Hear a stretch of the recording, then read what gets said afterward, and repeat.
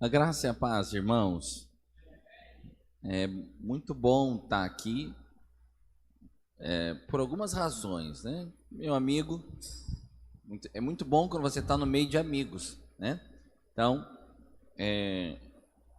estar aqui com o pastor John Richard, com a Eleni, e estar aqui com vocês, né? É diferente de estar em lugares que eu não conheço, né? Então, eu conheço o pastor, então eu me sinto à vontade de estar aqui, sinto carinho. Então, esse é o primeiro motivo. Segundo, que eu não conhecia Vitória. Eu já vim aqui há 25 anos atrás. 25 anos atrás, quando eu comecei a paquerar a minha esposa. Estou com 20... Vou fazer 24 anos de casado. Um pouquinho antes, a gente veio para um congresso em Guarapari. A gente veio de ônibus. Eu morava em Cuiabá. De Cuiabá para cá, de ônibus. E aí a gente chegou em Vitória. De Vitória a gente pegou outro ônibus e foi para Guarapari. Então, quer dizer, o que eu conheço de Vitória é a rodoviária, mas não tenho nem lembrança mais, 25 anos atrás. E aí eu tenho visto as fotos, né, que o John Richard coloca na internet, e outras fotos que a gente vê na internet de Vitória. Eu falei, não, mas é tão bonito lá, né? Então, amanhã eu vou dar um passeio maior. Então chegamos hoje aqui, o pastor John já demos uma voltinha ali na orla, e amanhã eu devo conhecer um pouco mais. Então também estou feliz de conhecer uma cidade nova, né, ter essa experiência, e também de conhecer vocês. Tenho certeza que vou voltar aqui outras vezes, né? Você sabe, a gente desenvolve uma amizade, um relacionamento. Então tem alguns irmãos que me conhecem, talvez da internet, outro me conhece de outros tempos. O pastor John falou assim: o Fábio que andou com você, pastor Fábio que andou com você. Eu falei, Fábio que andou comigo? Quem que é Fábio que andou comigo, né? Porque pensão eu não tenho. Aí eu lembrei do Fábio, né? Que era o Fábio Costa, que era um pastor, mas ele não andou comigo. Eu era obreiro e ele já era pastor lá. Mas tem um Fábio Antônio também, que era faixa preta. Lá em Goiânia, na Praça da Bíblia, a gente falava que os obreiros eram faixa branca e os pastores eram faixa preta. E aí tinha um Fábio Antônio, estava lá. Então achei que eu ia encontrar você aqui, Fábio Antônio. Não sei se você está online, mas parece que o Fábio Antônio testou positivo, ou está esperando resultado, na verdade, né? Esperando resultado. Então a gente às vezes se conhece distante, mas agora nós vamos ter oportunidade, né, mesmo os que estão online, os que estão aqui, da gente se conhecer mais de perto. Amém, irmãos? Bom, nós somos uma igreja imparável. Essa foi o nosso slogan da conferência passada, né? E eu gostei muito. Eu até quero que a equipe de louvor boa tem aqui, hein? É boa, não é toda igreja que tem uma equipe de louvor, sim, organizadinha, não, né? Muito, muito gostoso. Então, no final, eu quero cantar aquela música de novo, que acho que não sei se foi a primeira ou a segunda música, que fala que a igreja não para, segunda música. Então já fica no jeito aí, tá? Quando eu der um sinal, vocês vêm aqui e nós vamos terminar aqui cantando aquela música. Nós somos de fato uma igreja imparável, mas por que ela não para? A gente não vai fazer nada e ela não vai parar? Ou seja, nós vamos ser passivos e a igreja assim ainda não vai parar? Não, ela é imparável porque nós vamos fazer tudo que tiver ao nosso alcance para ela não parar. Amém, irmãos? Isso que é o que o apóstolo Paulo fala, não torne a graça em vão na sua vida. Então, o que é tornar a graça? É depois de ser escolhido, depois de ser alistado, depois de ter a unção, depois de ter o Espírito Santo, depois de não fazer o que tinha que fazer. Então, às vezes a gente confunde. Eu estou aqui introduzindo um pouquinho sobre o Afiando Machado, mas às vezes a gente confunde graça com passividade. Então presta atenção. O que é a graça no conceito da agricultura, né? Que foi uma parábola, uma ilustração muito utilizada por Jesus e no Velho Testamento, na Bíblia, tanto no Velho quanto no Novo. São parábolas que estão correlacionadas com a agricultura, com semeadura, com semente, com plantar, com colher. Então presta atenção, o que é a graça no tempo, né, no contexto bíblico? O que é a graça no contexto da ilustração bíblica? Não é você acordar de manhã, ficar o dia inteiro na rede e no tempo certo a colheita vai vir. Não, a graça é você acordar cedo, junto com o sol, pegar a enxada, pegar a semente, ir lá para o campo, fazer a cova, colocar as sementes, tirar as plantas daninhas, espantar os bichos, as pragas e voltar para casa tranquilo, que a chuva de Deus vai ser liberada sobre a sua semente. Entendeu? Então, na Bíblia, a chuva de Deus é sempre sinal de bênção, sinal de mover do céu. Só que quando a chuva chegar, a sua semente tem que estar na terra. Então, existe uma parte do processo que você precisa fazer. Pastor, mas tem coisas que Deus nos dá sem nós fazermos nada. Tem algumas coisas que Deus nos dá, mas há muitas outras coisas que você precisa cooperar com Deus, inclusive as espirituais. Então a Bíblia fala: enchei-vos do Espírito. Não é fique parado e será cheio, é enchei-vos. Ou seja, Deus espera que você coopere com Ele para que você seja cheio. Pastor, mas eu não posso me encher. Por que a Bíblia fala que é para me encher, se eu não posso me encher? Você não pode se encher, mas você pode se expor ao mover do Espírito. E isso que é encher, com salmos, com cantos espirituais, com ações de graças, e aí nós somos cheios do Espírito. Você não pode se bronzear, olha a ilustração. Você não pode tornar a sua pele mais escura. Você não pode se bronzear, mas você pode se expor ao sol da justiça para ser marcado pela glória de Deus. Então, o Afiando o Machado vem desse conceito. Você sabe que a internet é um lugar mais pluralista que existe, né? Então você tem gente de todas as opiniões. E volta e meia tem um abençoado que entra numa postagem minha, que entra num vídeo meu e fala assim, ó, não precisa de nada dessas coisas, precisa só da unção do Espírito Santo de Deus. Tudo isso aí é bobagem. Não, então presta atenção, irmão. Se você não, uma vez é só você pensar assim, para dar uma boa palavra, para pregar uma palavra abençoada, não precisa nem saber ler e escrever, é só ser cheio do Espírito de Deus. É claro que mesmo sem saber ler e escrever, Deus pode me usar, mas se eu souber ler e escrever, ler muitos livros, estudar, meditar, rascunhar, eu vou ser mais usado, amém, irmãos? Está entendendo? Então, o Afiando o Machado nasceu disso. Eu me lembro que, quem estava comigo na live na quarta-feira? Alguns estavam. Então, quando eu pensei em treinar a minha equipe, eu fui na internet, não tinha nada. Não, até hoje não tem, são muitos anos, são mais de 10 anos. Você vai lá, você encontra poucas coisas que tem esse viés prático que você precisa saber. Pastor, mas para fazer qualquer coisa você não precisa treinar. Preste atenção, você não precisa mesmo treinar. Mas deixa eu te explicar um princípio que talvez você não tenha se atentado, talvez quem está me ouvindo não tenha se atentado. Quando você está muito nervoso com alguma coisa, você não consegue estar atento às direções do Espírito Santo. Presta atenção. Não sei se você já teve essa experiência. Eu já fui, agora não tanto, porque muitos anos de microfone você vai ficando com experiência, né?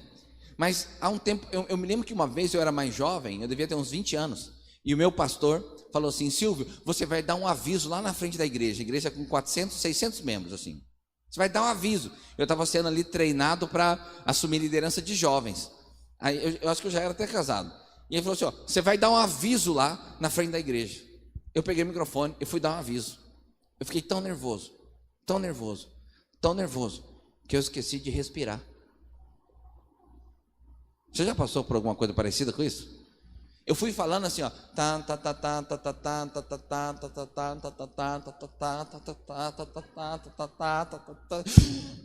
respirei no final. Tão nervoso que eu fiquei.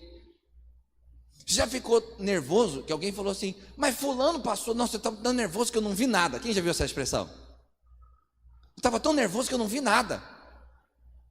Agora você imagina um ministro de louvor. Eu sou músico, comecei a estudar música com 5 anos de idade. Pego o violão, ele vai tocar aqui. Ele está tão nervoso com as notas que ele tem que tocar, com arranjo, com acorde. Ele está tão nervoso que a última coisa que ele vai conseguir perceber é alguma direção do Espírito Santo. Como estão entendendo o que eu estou falando? Então, preste atenção, você que está me ouvindo aí pela internet.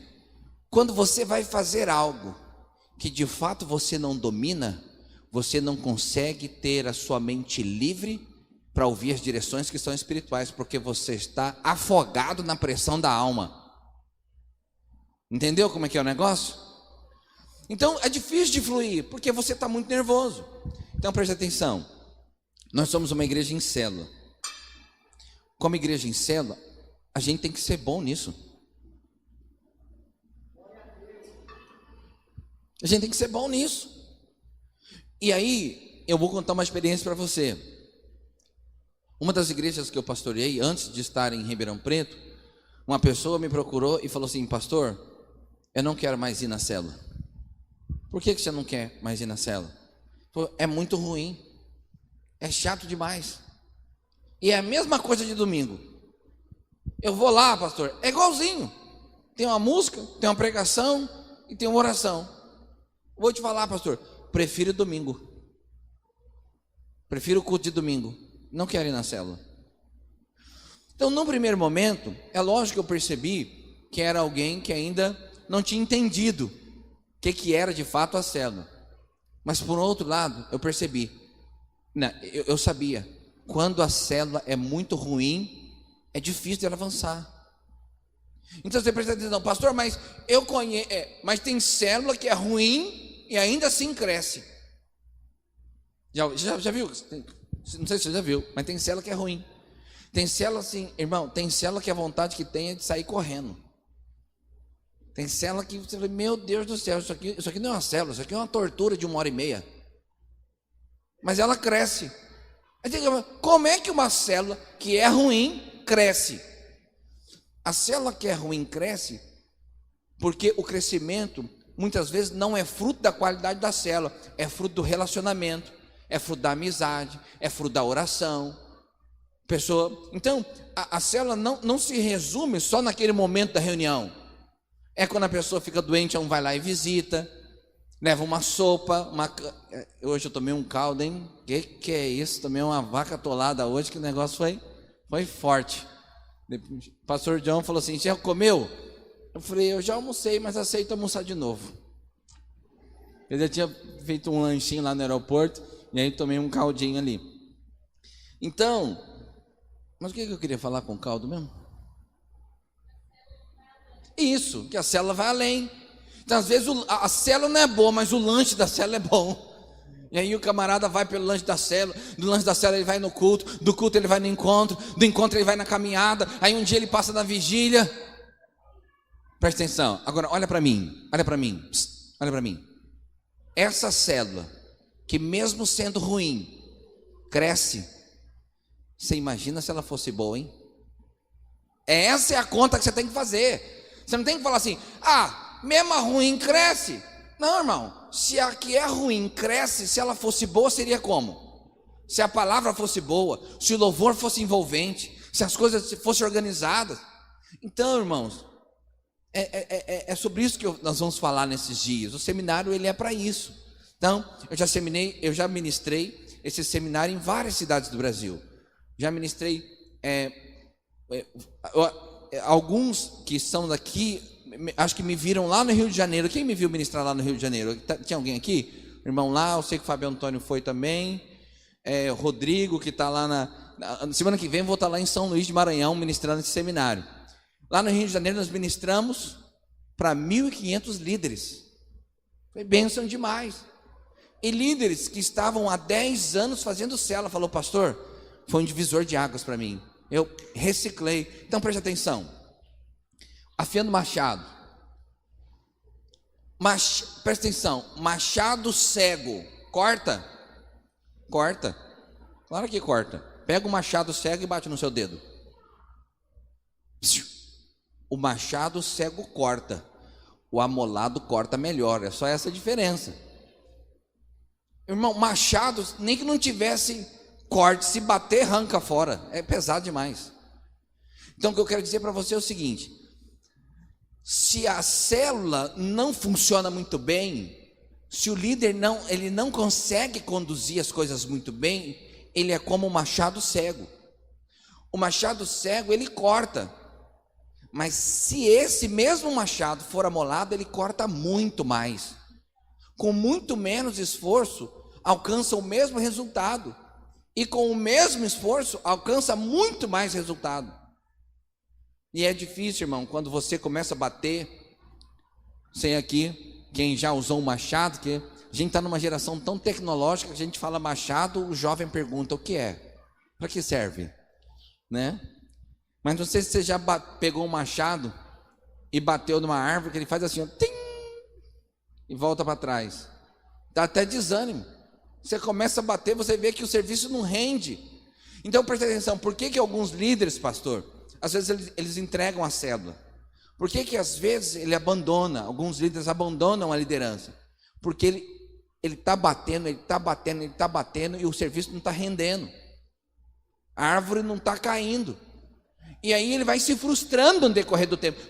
Eu tive algumas células que me procuraram e falaram, pastor, tem 4 anos que eu lidero essa célula, nunca multipliquei.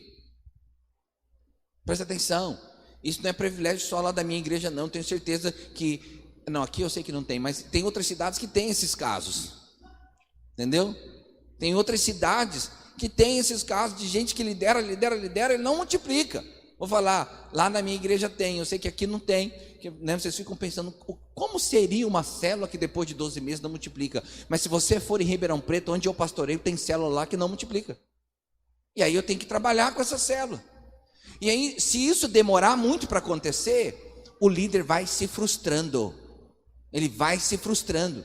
E depois ele cansa. E ele fala, pastor, me ajuda, troca, bota outro no meu lugar que eu não aguento mais.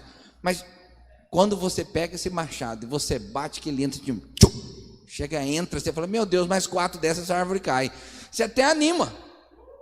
Epa! Vou te falar, não tem nada que anima mais uma célula do que ter gente se convertendo e chegando na célula. Casa feliz é casa com criança correndo e derrubando as coisas, mano. É mesmo? Sujando. Essa é a casa feliz. Quem não tem criança, muitas vezes está em crise, está lutando, Senhor, dá-me filhos. Mas o filho é que alegra a casa. Presta atenção, quando uma célula ganha 1, 2, 3 pessoas, essa célula ela ganha uma outra esfera, ganha outra motivação. Então, é importante nós sermos especialistas no que nós fazemos, irmão. Volta aqui para mim. Com o que você trabalha? Ah, eu sou pintor. Tem como você prosperar se você for um pintor ruim? Você borra o rodapé. Aí a pintura fica desuniforme. Você não faz o que tinha que fazer. Chega atrasado na obra. Vai embora e não limpa a casa. Eu estou dando um exemplo bem prático. Vou te falar, esse pintor vai conseguir sustentar a casa dele? Vai. Mas depois de falar, perguntar outra coisa. Ele vai prosperar? Difícil. Então preste atenção. Tudo que nós fazemos, precisamos ser excelentes no que fazemos. Olha o que é excelência. Excelência é fazer o melhor que você pode com as ferramentas que você tem. Faça o melhor que você pode com aquilo que você tem. Esses dias eu peguei um conceito novo, que excelência não é perfeição, mas é aperfeiçoar todo dia. Então é isso que nós vamos fazer, para que quando as pessoas chegarem na sua célula, ela fala, eu quero voltar na semana que vem. Nós somos uma igreja em célula, irmãos. As igrejas estão sendo checadas nessa hora, porque elas não podem fazer a reunião do grande grupo. Não pode fazer a reunião do culto coletivo. E agora, a gente tem que fazer as células. E aí, nem fazer a célula a gente está podendo, está tendo que ser online. Então, preste atenção. Se nós somos uma igreja em célula, nós temos a obrigação de sermos especialistas nisso. Como é que nós somos uma igreja em célula, alguém visita as nossas células e ela é ruim?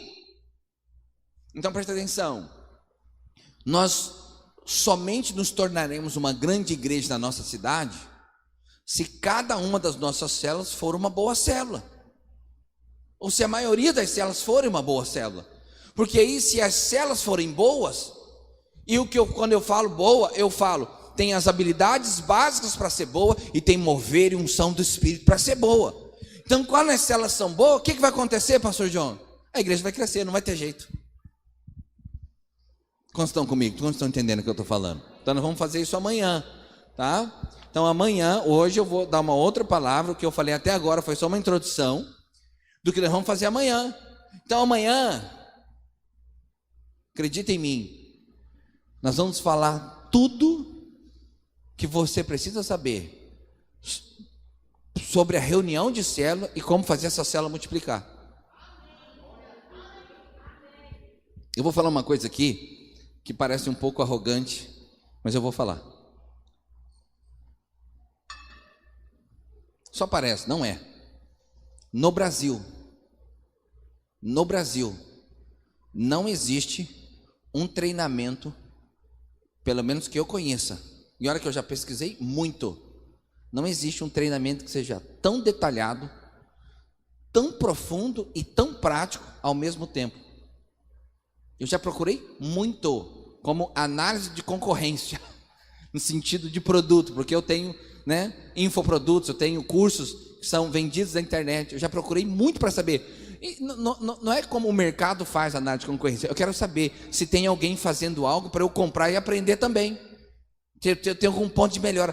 Praticamente não existe treinamento nessa área. E eu fico pensando, por que não existe? Por que não existe? Porque às vezes você está desconsiderando o arroz com feijão. Você está pensando que você tem que ter uma estratégia extraordinária da rebimboca, da parafuseta, da cor da asa, do querubim ungido, das profundezas, E às vezes está faltando arroz com feijão. Você está pensando no molho extraordinário. Mas o que te sustenta o arroz com feijão é a representação daquilo que é o básico.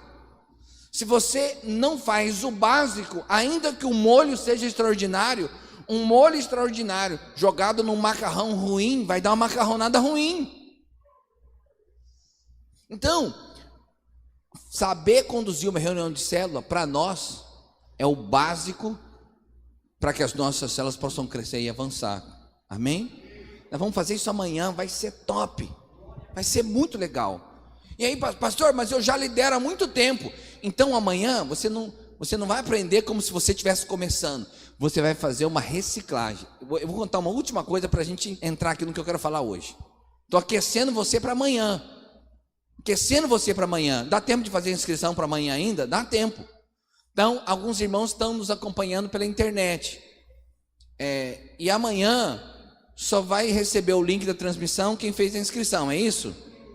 No e-mail, vai receber no e-mail. Você faz a sua matrix, vai receber no e-mail. E eu estou te falando do que nós vamos fazer amanhã.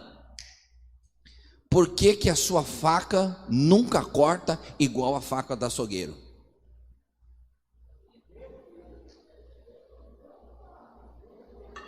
Já pensou? Irmão, eu fiz o teste. Eu peguei a minha faca, levei para o açougueiro. Falei, quanto que você cobra? Ele falou, não, o senhor é cliente, vou afiar aqui do jeito que nós afiamos a nossa. Cheguei na minha casa, não corta igual. Não corta. Corta um pouquinho. Eu pensei assim, miserável desse açougueiro. Ele não se dedicou para afinar a minha faca. Não, deixa eu falar com você que é o segredo. O segredo do açougueiro é que ele amola a faca o tempo todo. Você quer levar uma vez por ano no açougueiro. Você quer manter o fio da sua faca um ano todo. Você quer levar só no outro ano. É verdade ou não é? É desse jeito. E aí a faca não corta. Aí você usa a faca, ela não corta. Ela vai cortar o tomate, ela quebra o tomate, ela não corta o tomate. E você joga a culpa na miserável da faca. Presta atenção. Como é que o açougueiro... Agora, volta lá para o açougueiro e observa. Como é que o açougueiro corta uma peça... Como é que o açougueiro corta uma peça de picanha? Eu sei que vocês são gaúchos. Alguém falou que vocês são gaúchos, né? Gaúcho diz que não faz coisa na grelha, né? Só no espeto, né? Eu tenho muitos amigos que são gaúchos. Mas o paulista faz churrasco na grelha. Então uns pedacinhos na grelha, porque não sabe fazer igual o gaúcho. Aí vai na grelha. E aí, presta atenção, como é que o açougueiro corta a picanha para você fazer na grelha? Eu vou fazer a cena para você.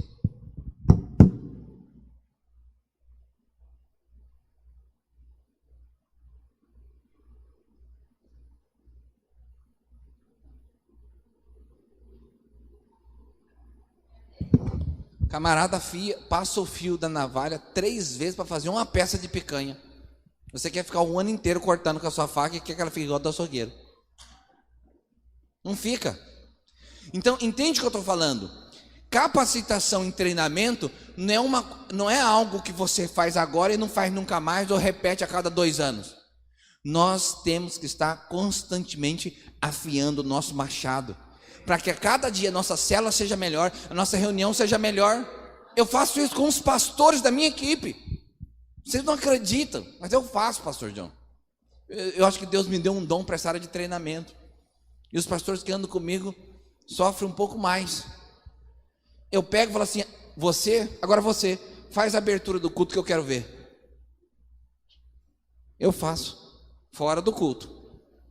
Agora faz você a abertura, deixa eu ver como você está fazendo a abertura. Agora eu faço.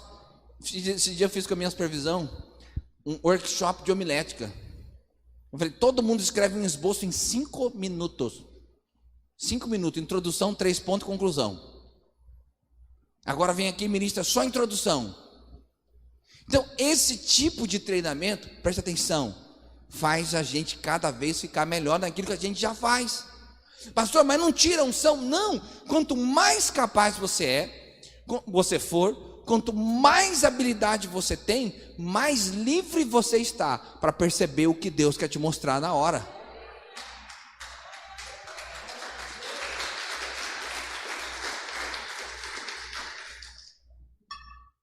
Caso contrário, você fica nervoso e não consegue perceber o que é espiritual. Você fica embriagado com o que é natural. Então, quanto mais o tecladista, quanto mais ele domina o instrumento, menos a mente dele está preocupada com o instrumento. Então, quando a mente não está preocupada com o instrumento, você está livre para perceber o que é espiritual. Mas quando não está, a pessoa passa na sua frente e você não está vendo. Você está nervoso. Então, nós vamos fazer isso amanhã. Então, você que está nos assistindo online, amanhã pode esquentar, pode se preparar que a chapa vai esquentar, tá? Amanhã vai ser bênção demais. Bom, mas hoje, no tempo que me resta, eu quero ministrar uma palavra que tem tudo a ver com o momento que nós estamos passando, e nós vamos dar uma resposta para isso. O título dessa mensagem é Lançados na Fornalha. Lançados na Fornalha. Eu criei, pastor John, lá em Ribeirão Preto, eu criei um grupo no WhatsApp chamado Lançados na Fornalha, que era para todo mundo que estava desempregado, procurando emprego, na luta, o negócio não estava funcionando. Eu falei: então, vamos montar um grupo aqui dos Lançados na Fornalha, porque tem uma história de 3 homens de Deus que foram lançados na fornalha e o fogo não pôde tocar nenhum fio do cabelo deles. Então eu gostaria de falar rapidamente sobre isso, porque nós estamos vivendo um tempo assim. Então, tempos de adversidades, nós chamamos de tempo de deserto, tempo de inverno, tempo da luta, e agora eu vou dar uma outra expressão para você: tempo da fornalha. E eu quero ministrar algo, porque nós precisamos dar uma resposta nesse tempo, que é o tempo da fornalha. Amém? Coloca a mão no seu coração, feche os seus olhos por um instante. Você também que está na internet, coloca a mão no seu coração, como quem recebe essa palavra. Feche os seus olhos, eu quero orar com você, em nome de Jesus. Senhor, fala conosco, que cada princípio desta palavra possa passar pela nossa mente, mas possa explodir no nosso coração, produzindo todo tipo de revelação, entendimento, transformação, encorajamento que nós precisamos para viver a vida abundante que o Senhor planejou para nós, em nome de Jesus. Diga assim, diga: eu creio que eu serei nesta noite alimentado, nutrido, encorajado. Diga assim: eu sairei desta reunião com o meu coração cheio de fé para viver a vida boa, perfeita e agradável que Deus planejou para mim. Diga: assim será. E porque eu creio, eu confesso e declaro. Amém, amém, amém. Você sabe, quando a Bíblia diz que houve um tempo que um rei, o imperador da Babilônia, o rei Nabucodonosor, ele levou Israel cativo. E eles viveram 70 anos de cativeiro. E nesse tempo, tem uma história muito interessante de 3 jovens, Sadraque, Mesaque e Abdenego, que foram os nomes que eles receberam da Babilônia. Em hebraico na sua língua original era Ananias, Misael e Azarias. E eles então vivem uma experiência extraordinária. E eu vou contar rapidamente a história para você. O imperador então manda erguer uma imagem dele mesmo, uma imagem que tinha 27 metros de altura. E aí fez uma grande festa de inauguração. E naquela grande festa, todos deveriam, toda vez que as trombetas tocassem, todo o povo, todo o império deveria se prostrar diante da imagem e prestar culto a ela. Mas havia alguns jovens judeus, assim como Daniel, que foram para o palácio. Eram homens excelentes, versados, cheios de conhecimento, e eles foram trazidos como os sábios de Israel para compor o império da Babilônia, porque a Babilônia queria aprender a sabedoria dos judeus. Mas ali então tinha Mesaque, Sadraque e Abdenego. Eles não se encurvaram, eles não prestaram culto. E aí alguns dos caldeus ali, daqueles povos, com inveja deles, então denunciaram eles para o rei. Falou: rei, o senhor fez a estátua e deu uma ordem que quem não se curvasse então seria lançado na fornalha. E há 3 jovens judeus que fazem parte da corte, fazem parte dos sábios, e eles não se curvaram, eles desonraram o seu nome diante de todos. E aí o rei então ficou muito furioso. E a história, e eu quero ler um texto, Daniel capítulo 3, verso 16, e diz assim: o rei manda chamar esses 3, porque eles não eram 3 quaisquer, eles faziam parte ali da elite. Daniel 3,16 diz assim: Sadraque, Mesaque e Abdenego responderam ao rei: ó Nabucodonosor, não precisamos defender-nos diante de ti. Se formos atirados na fornalha em chamas, o Deus a quem prestamos cultos pode livrar-nos, e ele nos livrará das tuas mãos, ó rei. Ali está na revista atualizada. Eu vou ler ali porque eu estou aqui na NVI. Vai para o 16, volta. Responderam Sadraque, Mesaque e Abdenego ao rei: ó Nabucodonosor, quanto a isso não necessitamos de te responder. Porque eles foram interrogados, por que eles não se curvaram? Diz assim: se o nosso Deus, a quem servimos, quer livrar-nos, ele nos livrará da fornalha de fogo ardente e das tuas mãos, ó rei. Pode continuar. Se não, fica sabendo. Os meninos eram peitudos. Se não, fica sabendo, ó rei, que não serviremos aos teus deuses, nem adoraremos a imagem de ouro que levantaste. Tá bom até aí? Então, eles foram chamados para serem pressionados, como quem diz: tem certeza que vocês não vão prestar culto? Vocês vão manter essa posição? E eles falaram assim: olha, se Deus quiser nos livrar, vai livrar, mas também se ele não quiser, fica sabendo, nós não vamos nos render. Eita! Por isso que a Bíblia, tem um momento que a Bíblia diz assim para Moisés: separa homens de verdade, que nem todos os homens são homens de verdade. Esse homem de verdade aqui, ele aponta para essa postura de guerreiro, de quem vai à frente, de quem tem coragem, de quem dá a resposta certa. E aí, você conhece a história, eles foram livrados. Na verdade, o rei manda aquecer a fornalha 7 vezes mais. O soldado que joga os 3 amarrados na fornalha, o soldado morre. E aí, um quarto homem aparece como filho dos deuses, segundo Nabucodonosor. Ele fala: olha, mas não eram 3 que nós jogamos ali, parece que tem 4. E o quarto ali parece como os filhos dos deuses. E aí, eles saem da fornalha, nem um fio de cabelo queimou.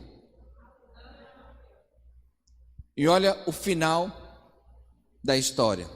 Capítulo 3, verso 28. Vai para o verso 28.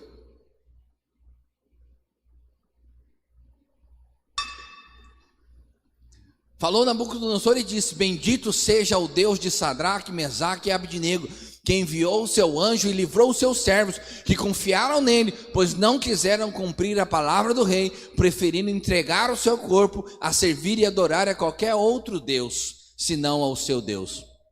Portanto, faça um decreto pelo qual todo o povo, nação e língua, que disser blasfêmia contra o Deus de Sadraque, Mesaque e Abdenego, sejam despedaçados e as suas casas sejam feitas como monturo, porque não há outro Deus que possa livrar como este. Uou!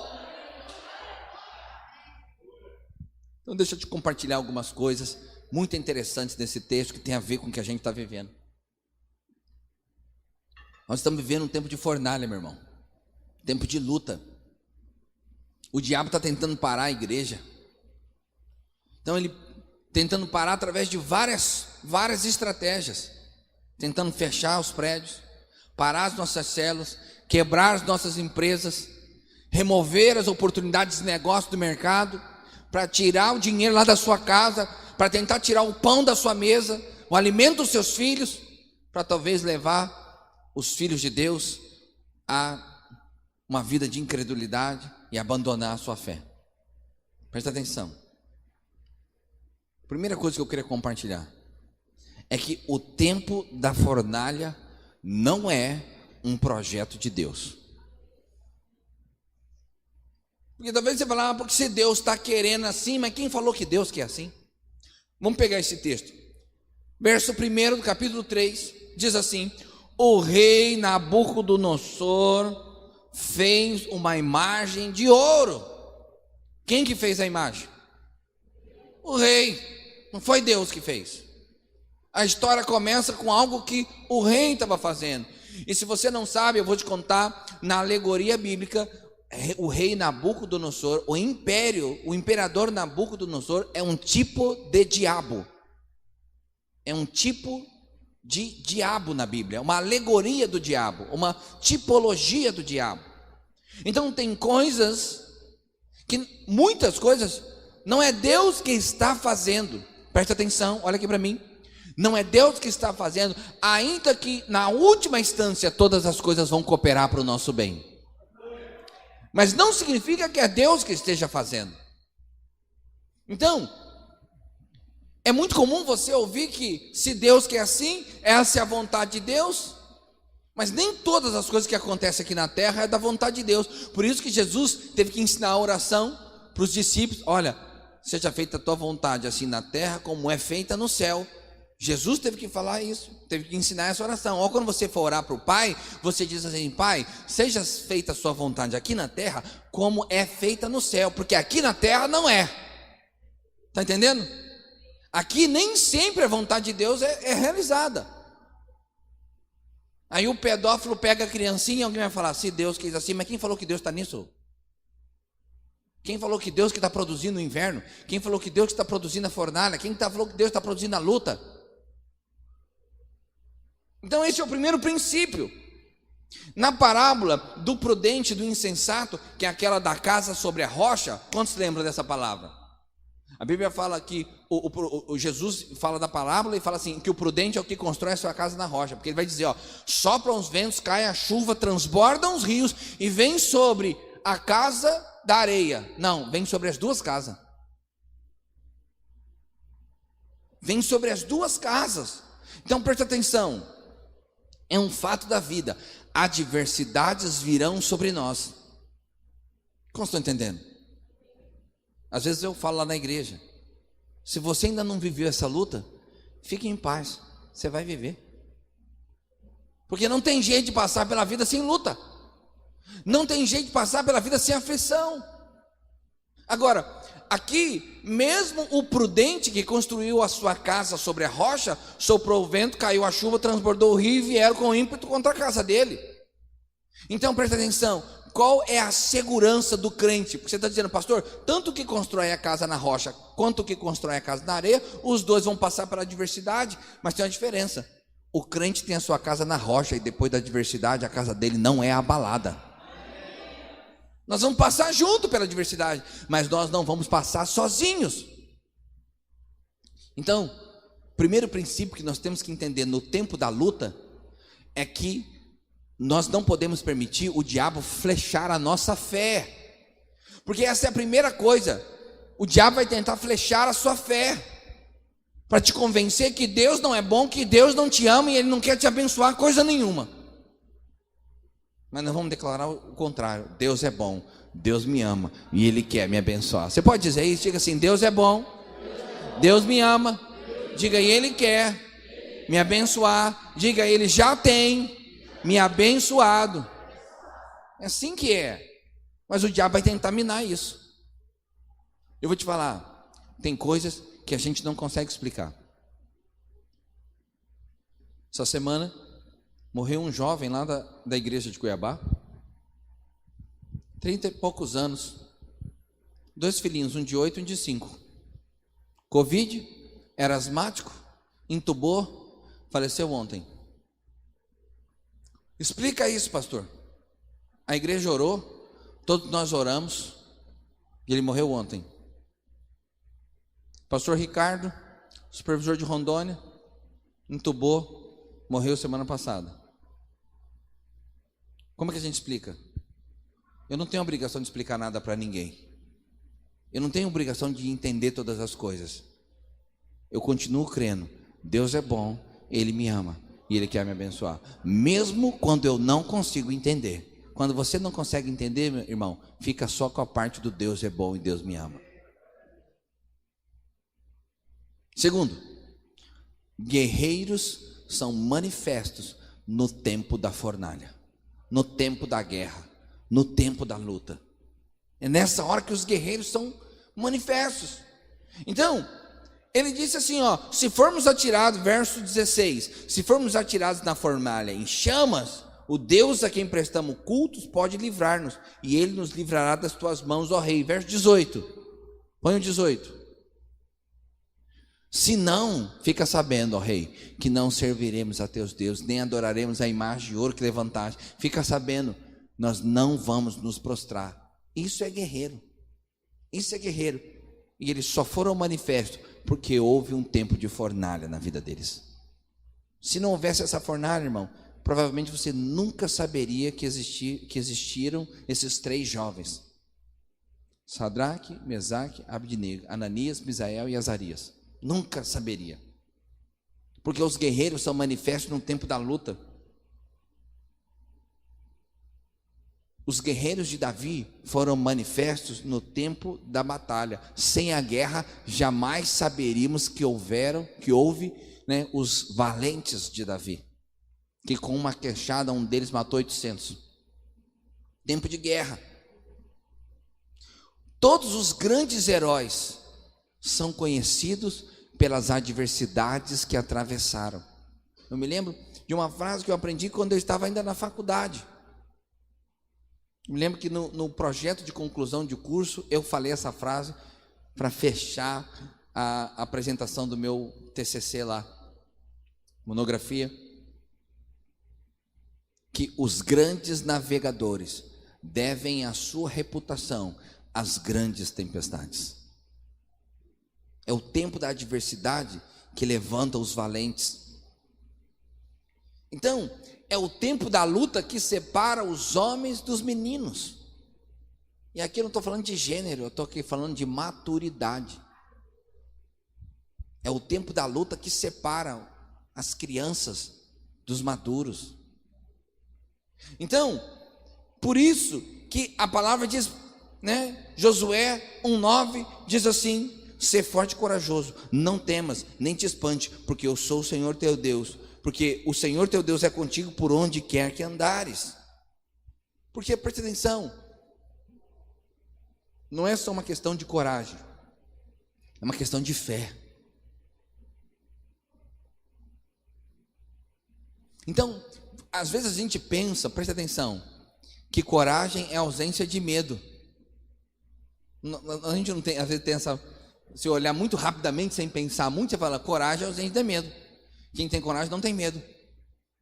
Mas na verdade, não existe ausência de medo. A coragem é só o domínio da coragem sobre o medo, que continua lá. Medo faz parte do ser humano. Deus que criou, colocou dentro de você.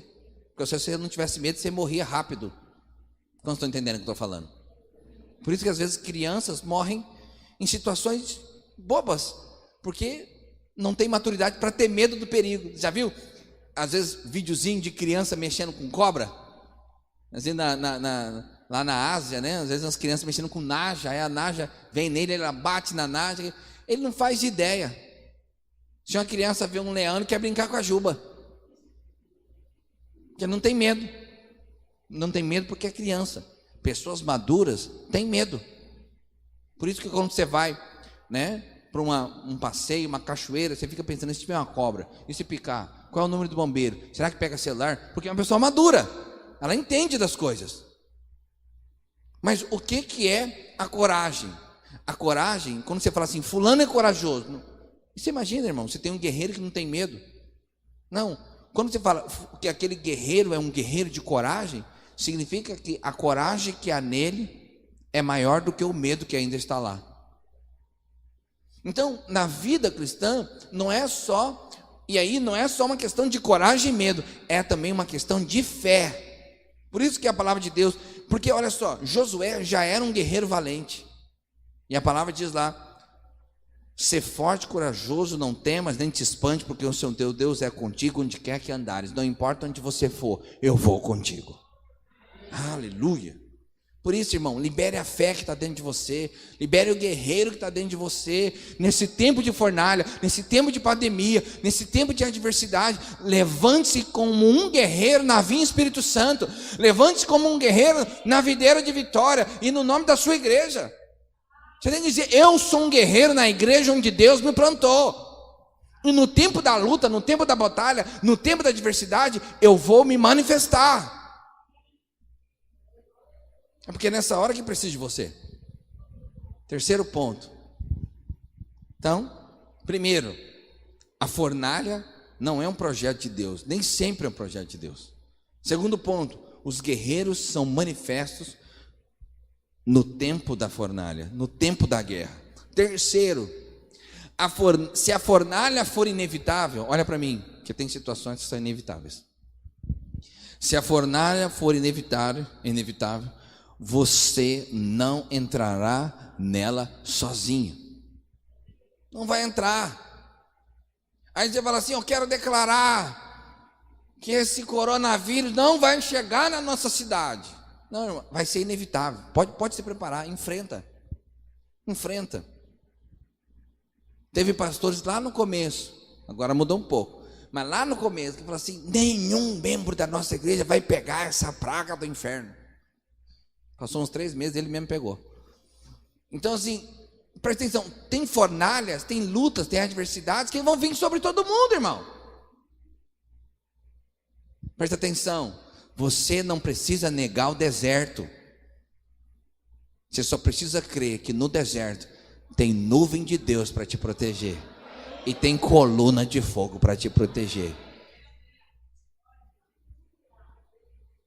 Então, muitos estão livres, estão orando para ser livre da fornalha. Mas presta atenção, no caso de Mesaque, Sadraque e Abednego, eles não foram livres da fornalha, eles foram livres na fornalha. Na fornalha. Você não vai ser livre da pandemia, você vai ser livre na pandemia. Você não vai ser livre da guerra, você vai ser livre na guerra. Na guerra. Nós vamos entrar nisso. Pastor, o que o senhor acha que vai acontecer nesse tempo aí de pandemia e tal? Para mim, nunca mais as coisas vão voltar como eram antes. Não estou dizendo que nunca mais a gente vai fazer culto, não é isso que eu estou dizendo. Mas está havendo uma transformação no mundo. Uma transformação. Então, nós não temos que ficar pensando o tempo todo o dia que isso acabar. Não, levanta agora, resolve agora. Entra agora para a batalha, não fica esperando acabar a guerra, não. Levanta para guerrear, levanta para fazer, levanta para liderar. Esse negócio de célula online não é comigo, não. E se demorar 1 ano para voltar a ter? É 1 ano que você vai ficar esperando? Faz. E as igrejas que reuniam nas catacumbas lá na China, E as igrejas entre os escravos tinham que ser de madrugada. A gente tem que agir conforme o contexto que a gente está vivendo. Se a gente ficar 1 ano sem fazer culto, vai parar a igreja? Mas a gente vai ter que dar um jeito. Vai ter que pôr câmera, vai ter que aprender a fazer outras coisas. Então, irmãos, nós não vamos ser livres da fornalha, muitas vezes, algumas vezes sim, mas outras vezes nós vamos ser livres lá dentro, nós vamos viver a realidade, e o Senhor vai entrar com a gente lá. Nós não temos garantias que não passaremos por tempestade, mas nós temos a garantia que se Jesus está no nosso barco, o nosso barco não vai afundar. Essa é a nossa garantia. Eu não posso de fato explicar o porquê das coisas, eu só preciso saber de uma coisa: Ele está comigo. Se Ele está comigo, está tudo certo. E se Deus me recolher, eu estarei com Ele na glória. Eu sei que a gente não quer ir para a glória agora, porque a gente tem a nossa humanidade. Não sei, de repente tem alguém muito espiritual que fala: pastor, eu estou querendo subir logo, estou indo para as aglomerações para pegar esse negócio para subir. Eu sei, mas eu acho que geralmente a gente não quer, porque tem filho, tem marido, tem esposa, mas fala: Senhor, seja feita a tua vontade. Na hora que o Senhor falar que é para eu subir, o Senhor vai trazer de qualquer jeito. Então, estou na bênção, estou com o Senhor, amém, mãe? Aí nessa hora é mais difícil de falar amém, mas tem que ser. O Senhor está conosco. Você não está sozinho, meu irmão, o Senhor é contigo. Eu quero liberar aqui na sua vida uma porção de fé. O Senhor está na sua casa, o Senhor sabe sobre a sua família, sobre o seu trabalho, sobre a sua finança. Você que está me ouvindo pela internet, a bênção do Senhor vai correr atrás de você onde quer que você esteja.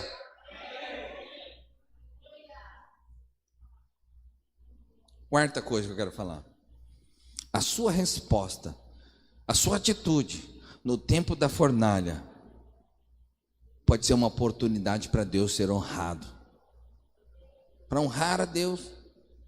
Olha o que verso 28 diz, 3:28, Daniel 3:28, isso. Falou Nabucodonosor e disse: bendito seja o Deus de Sadraque, Mesaque e Abednego. Ou seja, aquela circunstância, o livramento que Deus deu no meio da fornalha, botou na boca do imperador, que é o símbolo de Satanás, uma palavra de louvor a Deus. Até o símbolo aqui do diabo abriu a boca para louvar a Deus, para elogiar ao Senhor. Ou seja, quando nós respondemos em fé no tempo da adversidade, as pessoas vão olhar para você e falar assim: nossa, que Deus é esse que esse fulano serve? Está todo mundo louco, desesperado, parece que ele tem tanta paz. Olha, os negócios estão, ninguém está vendendo, só fulano que está vendendo. Que é isso? Então, a maneira como que você vai responder, olha, tem igreja fechando, tem um monte de igreja fechando, mas as igrejas dessa organização chamada Vinha, em vez de fechar, está crescendo. As igrejas estão fechando a porta, e aquele pessoal da videira lá de Vitória não faz nem culto, diz que toda semana tem visitante online, está aceitando Jesus. Irmão, acredite em mim, se precisar, nós vamos aprender a fazer até encontro com Deus online. Eu não sei como seria, mas imagina que glória seria você ministrando a unção do Espírito Santo online, camarada pela câmera, lá dentro da casa dele, você fala: seja cheio, comece a orar em outras línguas, e lá na casa dele ele cai no chão, começa a orar em outras línguas, fala: era calabalabalá. Falei: que é isso? Ué, Deus pode fazer, irmãos? Pode. Então presta atenção, eu quero declarar na sua vida: esse será um tempo de muitos testemunhos. Muitos testemunhos. As pessoas vão olhar para você, irmãos, e vão exaltar a Deus. Presta atenção, o Brasil nunca esteve tão sensível a Deus como está agora. As pessoas estão sensíveis. As pessoas estão pensando o que vai acontecer depois da morte agora. Tem muita gente pensando sobre isso. É a oportunidade que nós temos de pregar o evangelho, irmão. Não foi Deus que mandou a pandemia, mas na pandemia Deus vai cooperar as coisas para o nosso favor. Deus me deu uma visão. Não foi uma visão aberta, tá? Não estava assim, apareceu na minha frente. Foi uma visão que Deus colocou no meu coração. Quando já teve visões assim, que Deus coloca algo no seu coração? Ou num sonho, ou numa imagem, você, né, começa a pensar naquilo, e você testifica no seu espírito que é Deus falando com você. Deus falou comigo que esse ano de 2021 seria o ano de maior crescimento da história da nossa igreja em Ribeirão Preto. Começamos um ano empolgado. Sabe qual que é a nossa meta para esse ano? Dobrar. A meta desse ano é dobrar. Quando a gente ligou o motor da igreja, ligou, quando engatamos primeiro, o sinal que estava amarelo, que era para virar verde, ficou vermelho. Já viu aquele sinal lá de largada de Fórmula 1? Vai ficar verde, né? Aí o nosso, em vez de ficar verde, voltou para o vermelho. Fechou tudo. Nós já estamos lá. Vocês vão ter lockdown aqui agora? Sei, lembra-se que domingo, amanhã já muda algumas coisas lá. Lá em Ribeirão Preto a gente ficou 2 semanas em toque de recolher. Se saísse de casa, a polícia ia parar e ia ter multa. Estávamos gemendo até agora, esperando o decreto agora. Gemendo, tudo fechado. Até supermercado não. Só podia, parece que era só supermercado. Sabe aquelas atividades essenciais? Tudo fechado. Só podia mercado, farmácia e posto de gasolina. Tudo fechado. Sexta-feira. Hoje é sexta? Hoje. Ia sair o decreto. Todo mundo torcendo para acabar. Mais 15 dias. Saiu hoje. Estado de São Paulo, tudo na faixa vermelha.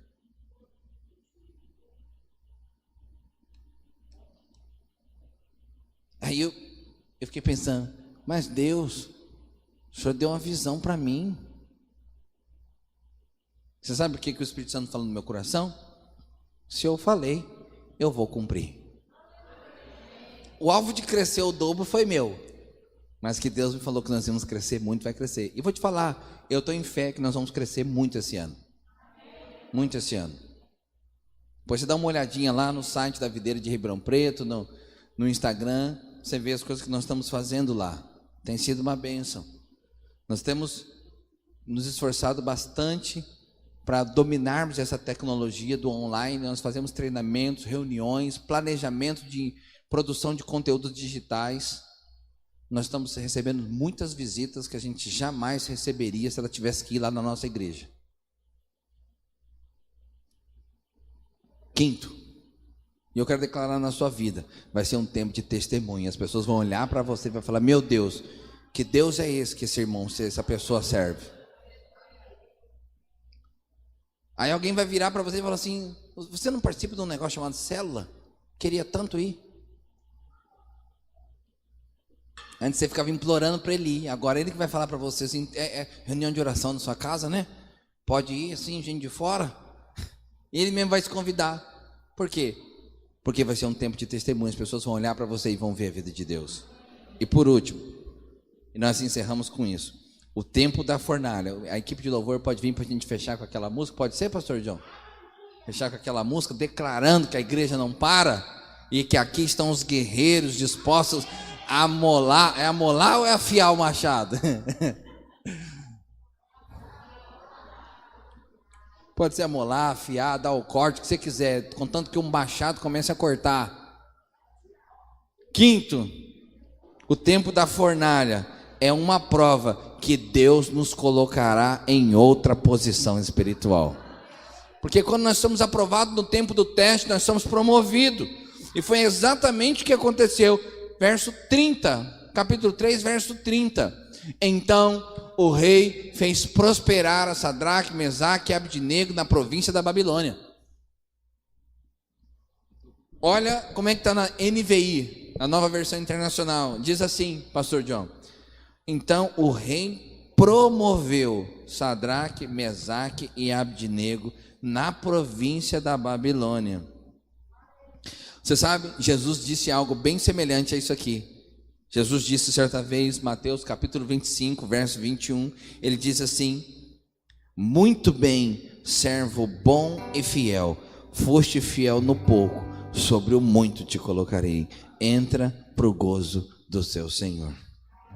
Irmão, nós vamos passar por essa crise, nós vamos passar por essa fornalha, e o Senhor nos colocará em outra posição espiritual, aqui na cidade de Vitória, nas cidades da Grande Vitória, em todas as cidades que nós temos igrejas plantadas na Vinha Espírito Santo. O Senhor nos colocará em outro nível, porque nós fazemos parte de uma igreja imparável. E sabe por que ela não para? Porque essa igreja imparável tem muitos guerreiros. Eu e você somos guerreiros do Senhor. Fique de pé onde você está. Eu e você somos guerreiros do Senhor. Quero convidar aqui, então, o Ministério de Louvor, para que nós cantemos essa canção. Você que está online, cante essa canção conosco, mas cante essa canção declarando que a igreja prevalece, a igreja não para. E aqui estão os guerreiros, estão amolando a sua espada, estão amolando os machados, estão amolando a ponta das lanças, porque nós vamos conquistar tudo aquilo que Ele planejou para nós conquistarmos, em nome de Jesus. Vamos adorar o Senhor.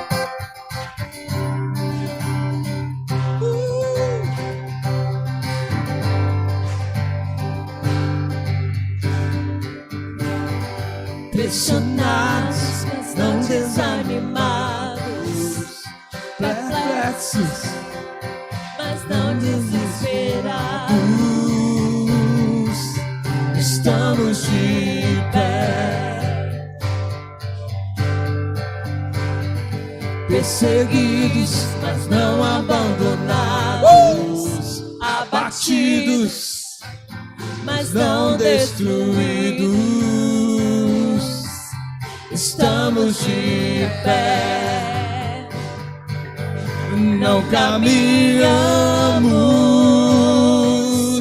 pelo que vemos, o que nos move é o que nós cremos. Nação Santa, somos a igreja, vivemos por fé, estamos de pé, não caminhamos. Vamos declarar essa verdade. Pelo que vemos, o que nos move é o que nós cremos. Nação Santa, somos a igreja, vivemos por fé, estamos de pé. Só as nossas vozes, vamos declarar. Não caminhamos pelo que vemos. Cante, cante. E nos move é o que nós cremos. Diga, diga. Nação Santa, somos a igreja, vivemos por fé, estamos de pé. Diga. Não caminhamos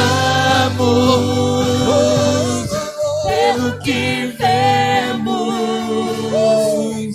o que nos move é o que nós cremos. Nação Santa, somos a igreja, vivemos por fé, estamos de pé. Aleluia. Aleluia. Coloca a mão sobre o seu coração, assim. Coloca uma mão no seu coração, outra na sua cabeça. Eu quero orar com você. Senhor, em nome de Jesus, nós declaramos como igreja que nesse final de semana os machados serão amolados. No tempo da guerra, no tempo da fornalha, os guerreiros se levantarão na Vinha Espírito Santo para uma grande conquista que o Senhor já liberou no mundo do Espírito. Por isso, Deus, libera fé, libera autoridade, libera visão espiritual, libera fé, autoridade e visão espiritual para ver tudo aquilo que o Senhor mesmo já nos deu no mundo espiritual, em nome de Jesus. Que cada princípio, que cada palavra que nós ministrarmos possa explodir no coração dos meus irmãos e produzir grandes conquistas espirituais em nome de Jesus. E todo o povo de Deus diga amém, diga aleluia, diga glória a Deus, aleluia. Aleluia. Se é para Jesus é mais forte. Mais forte, as palmas mais fortes. Aleluia. Eu senti desejo da gente continuar. Continua. Não caminhamos pelo que vemos, o que nos move é o que nós cremos. Nação Santa, somos a igreja, vivemos por fé, estamos de pé. A perseguição não parou a igreja, o Coliseu não parou a igreja, os leões não pararam a igreja do Senhor. Aleluia, cante, cante, cante. O inferno não pode prevalecer, vamos avançar, não vamos parar de crescer. Ninguém pode parar a igreja do Senhor. A perseguição não parou a igreja, mais forte! O Coliseu não parou a igreja, os leões não pararam a igreja do Senhor. Sai do chão pisando na cabeça do diabo. O inferno não pode prevalecer, vamos avançar, não vamos parar de crescer. Ninguém pode parar a igreja do Senhor. Um forte aplauso ao Senhor. Glória a Deus.